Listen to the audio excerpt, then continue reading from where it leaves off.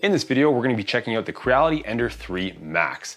Now, normally when I do 3D printer review videos, I spend months at a time with a printer before I release a video, and that way I can give you guys the most honest and thorough opinion of a particular machine. In this case, I want to be fully transparent with you guys. I have not spent a ton of time with this machine, but I have spent enough time to get the machine set up correctly, and it prints super nice. So I want to share with you guys how I set up the machine to set you guys up for success, and I want to share with you guys my initial thoughts and opinions of the machine. One other thing I want to mention is that I paid for this machine with my own money. I purchased it for a friend of mine, so it's going to him, and that's why I'm not going to be spending that long with this machine. It's got to get out the door and it's got to go to him. But that being said, this video is not sponsored in any sort of way by Creality or any other company. So let's get started with the unboxing and setup of this machine. So Creality has been producing and boxing printers for a while now, so it's not a surprise that you will receive your Ender 3 well boxed and in one piece. Inside the box, you'll find the typical assortment of parts with the power supply, accessories, print head, and spare filament with spool holder, all sitting on top, as well as the LCD screen. Underneath all of that is where you'll find the meat and potatoes of the machine. The parts, spare parts, and accessories included with this machine are what you'd expect from any hobby grade printer around this time. And as you can see, there's not a whole lot to it, and so you can expect that the assembly is going to be pretty straightforward. Speaking of which, let's get started on that assembly. When you remove the main parts from the box, you'll notice that the upper and lower halves of the machine are connected together by wires, so be sure not to pull them apart. The uprights carrying the gantry will slip into two machine grooves on the side of the base of the machine, and then you can fasten them into place with the 4 M5x65 socket head cap screws. I would recommend not fully tightening them just yet, and that's because you want to check the frame so that it's square before you tighten these uprights down. A combination square is a great investment if you're a DIYer, maker, or somebody who plans on putting together a whole bunch of 3D printers. Assembling your frame square is going to ensure that you are going to produce highly accurate parts when you finally get around to printing. Unfortunately, this is something that I see a lot of people overlook when they build their first printer. Next, we can attach the power supply to this side of the machine, and there are two pre-drilled holes for that. The included M4x25 button head cap screws are used to do the fastening. Next, we're going to use the M5x10 button head cap screws to attach the LCD screen to the frame. But first, look at the back of the LCD screen, and there is 3 connectors. We're going to be using the third one on the right hand side. Connect the ribbon cable coming out of the side of the machine to that third connector, and then you can use the button head cap screws to attach the LCD screen to the frame. When you're done with that, take a look at the bottom of the machine, and you'll see a large yellow connector. There's another one coming out of the bottom of the power supply. You may have to fish it out, and those two will connect together. If you have access to some nice braided wire loom like I have here, I'd recommend protecting the wires coming out of the power supply and running underneath of the printer frame. I'm also going to add one zip tie, and I'm going to secure it around the frame of the machine, and the purpose of this is to prevent those power wires from getting snagged on anything while moving the printer around. Looking at the back of the machine, we can now cut the wire bundle loose, and we're going to be making our connections up towards the print head and extruder of the machine. And the first connection we'll make is the extruder motor connector, and that should be labeled with an E on those little yellow wire labels, and that will go to the motor of the extruder. There's another wire that is clearly labeled filament sensor, and that is going to go to the filament runout detection sensor up near the extruder, and that is a 3-pin connector. The next connector is labeled X, and this is for the X stepper motor on the X-axis gantry. The next connector is also labeled X. It is a smaller connector, and this is going to go into the side of the machine, and this connects the X limit switch. And so if you turn the machine to the side, you can see through this cover, and you'll see the receptacle for this connector. If you have big hands, it's tough to get your fingers in there, but it is doable, and you might have to use a tool to push the connector in all the way. Back down near the bottom of the machine, there will be another connector labeled Z, and this is going to go to your Z stepper motor. In the same area at the front of the machine, you'll find another smaller connector also labeled Z, and this is going to connect to your Z limit switch, at the front side of the machine. Now, if you look below the limit switch, you'll find the receptacle for this connector, and that will just plug right in. With the wiring complete, before you turn the printer on, take a look at your power supply and ensure that the switch is switched to the correct AC voltage for your country. The spool holder is next, and this version of the Creality spool holder snaps onto the extrusion at the side of the machine. Install it on the back left-hand corner because this is going to be the easiest place to guide the filament up and into the extruder. Filament holder tube simply screws into that holder, but I have something better for you. I recently designed this Creality smooth spool holder, and this is something that you can download and make yourself once you get your printer up and running, or alternatively, you can purchase it from my website, embracemaking.com.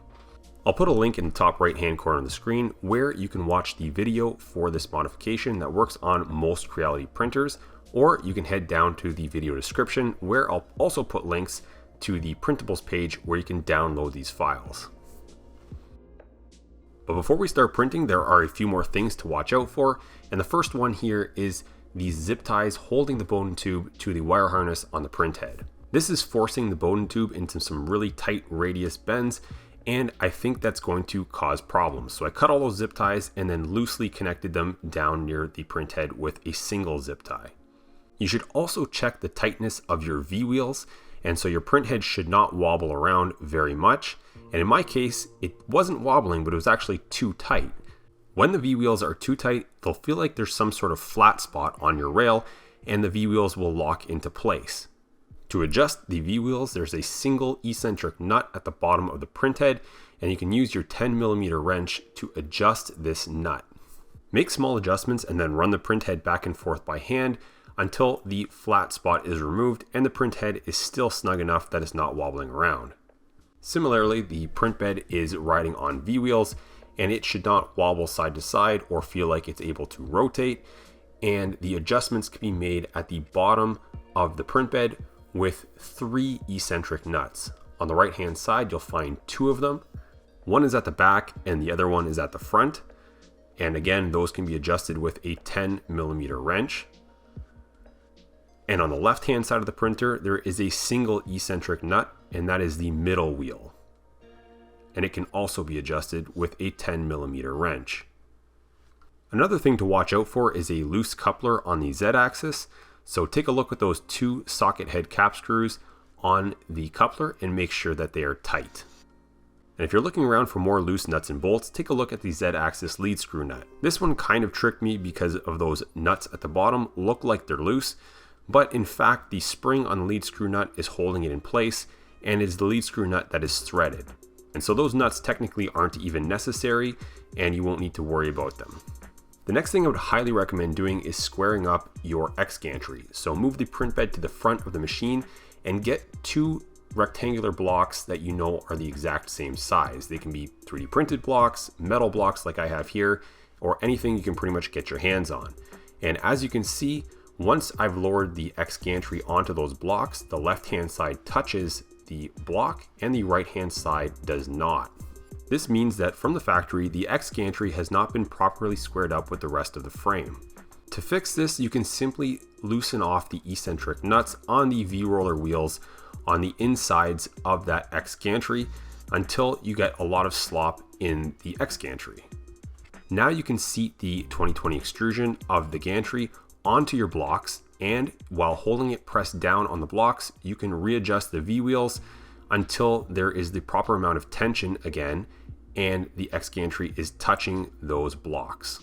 With that out of the way, we can finally power on the printer, navigate through the menus, and click on Auto Home. This is going to home all of the axes, and then you can navigate through the menus again, move the Z-axis up to a generous height of about 150mm should be enough, and you're going to remove the protective plastic coating on the print bed. The print bed comes with a special carborundum coating, so try not to touch it with your oily fingers. After that, I'm going to preheat the bed to 60 degrees and let it sit for about 5 minutes to heat soak. This is to ensure that when we go to level the bed, the heated bed has warped into its final shape while we do the bed leveling process. We can home the printer again such that the print head is now sitting at Z equals 0, and then navigate through the menus and disable the stepper motors. This is going to allow us to move the print head and the print bed by hand. My printer came with the adjustment knobs cranked all the way down to the tightest position, such that the bed leveling springs were completely compressed. This meant that there was a large gap between the print bed and the nozzle, and I was going to have to loosen off these screws. From my experience, you do not want to loosen off a single corner all at once. You want to incrementally work your way around the machine, making small adjustments. Loosening or tightening a corner all at once is going to cause the springs to bind and the print bed to warp and do all sorts of weird things. Once you get the print bed leveled out, you can move the Z axis up and then crank up the nozzle temperature to about 215 or 20 degrees if you're loading in some PLA.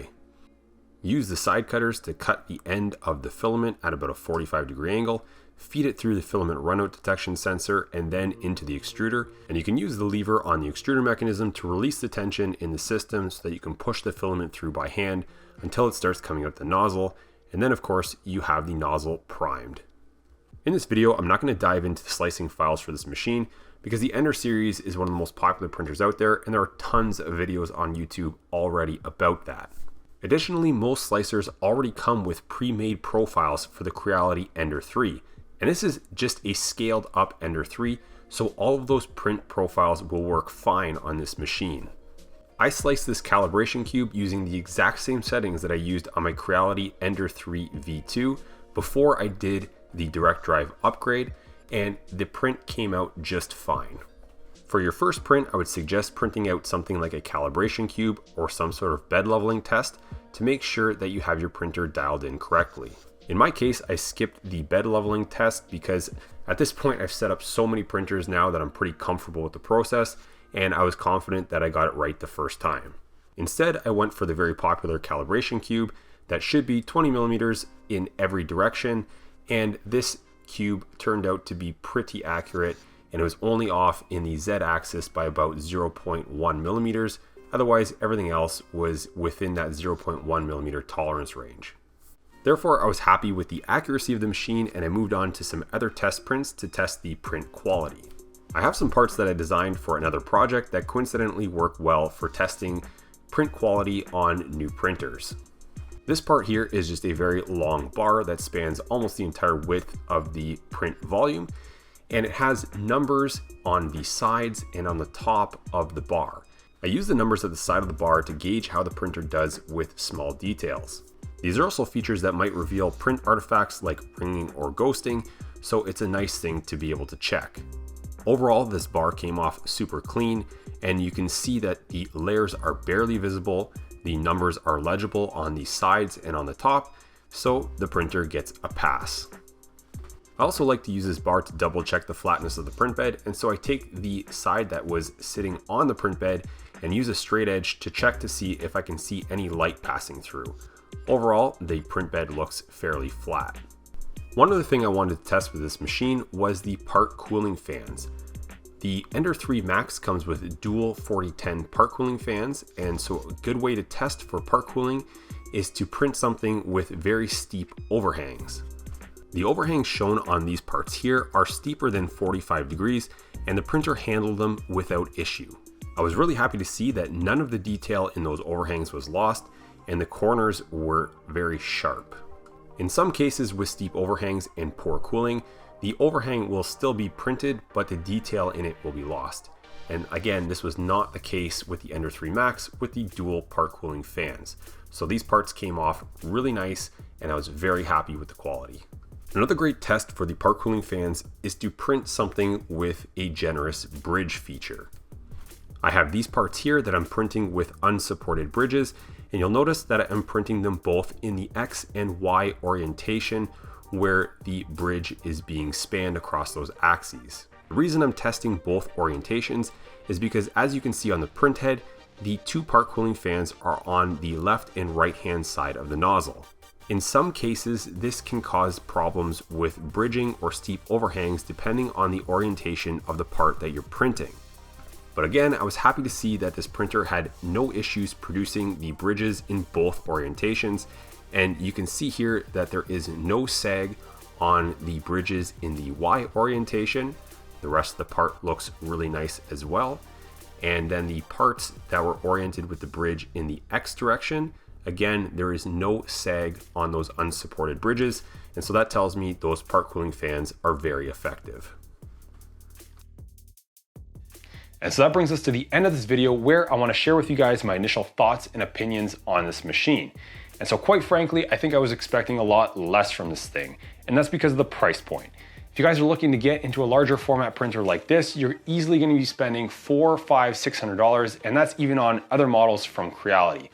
At under $300, you get a lot of value for your money, and that's even despite the very few features on this machine. But sometimes having not so many features is kind of a good thing, because it just means that there's a lot less to troubleshoot. I've worked with a lot of different 3D printers, and sometimes too much technology on a printer just means that it causes a lot of headaches and a lot of things to look for when things start going wrong. Setting this machine up was really easy, and I might be a little bit biased because I do have a lot of experience with the Ender machines in general, and this is basically just a larger Ender 3. So the setup for me was very easy. But if this is a printer that you guys are looking to buy as your first machine, hopefully the setup portion of this video sets you guys up for success to get up and running out of the box really quick. Now, a couple of things that I don't like about this machine. First off, it's the wire management. This is very typical of the cheaper Creality machines. They literally put zero time and effort into wire management. The wires are just hanging around all over the place. And even at the price point, I think they could do a better job with that. The other thing I really don't like, but hasn't shown to be an issue as of yet, is the lack of the dual lead screw setup. And so it's only got the single Z motor with the single lead screw. And at this span of the X gantry, I thought it would be more problematic, but it's pretty solid and has not affected the part quality as of yet. This is an upgrade that I might do in the future, but as of right now anyways, it hasn't been a problem, but it just bothers me a little bit. Now, a few of the things that I do like about this machine, first off, is the most obvious, and that's the print volume. Of course, that's why you're looking at this machine in the first place if you're considering it. The second thing is the main board. It at least comes with the newer technology from Creality, so their 32-bit main board with the silent stepper drivers. So overall, this printer is fairly quiet and won't really become annoying. And the third thing that I like is the part cooling fan setup. So most of the Creality machines come with a single part cooling fan. A lot of times it's the single 4010. In this case, they've given you the dual 4010 setup, and it's proven to be really effective with part cooling. And so that's a huge bonus when printing things like steep overhangs and bridges. And it was nice to see that they put that on this machine here. And so my final verdict on this machine is that it's a fantastic, budget-friendly, large volume printer, and you get a lot of value for your money. And I think the biggest thing that this thing has going for it is the community behind it. The Ender 3 Max in particular doesn't seem to be all that popular just yet, but it's based off of the Ender 3 platform, where there's a huge following and there's so many upgrades, modifications, aftermarket parts, and just community support in general, that if you have an issue with this machine, somebody has a fix for it. And again, the upgrades and that sort of thing for the regular Ender 3 should be applicable in most cases to the Ender 3 Max. So you have so many options when it comes to upgrades and just being able to tinker with this machine. So whether you're a beginner or an advanced user, you have so many options with this thing. And I think this will provide you with a lot of utility in terms of printing at least the basic sort of things. You're not gonna be printing in high temperature materials with it out of the box. But again, for just a large volume printer, for the basics, you'd be hard pressed to find anything where you get this sort of value for your money. I hope you guys found the setup portion of this video useful, my thoughts and opinions insightful and helpful in deciding whether or not this is a printing platform for you. If you guys are looking for more 3D printing content, check out the other videos on my channel. Also be sure to check out my website, embracemaking.com. Anything you purchase off of there supports me and my work. I sell things like 3D printing accessories and upgrades that I've personally designed. Some of those things you can also find for free on my printables page. I'll put all of that information in the video description down below. So go check that out. Thanks for watching, and I'll see you guys in another video.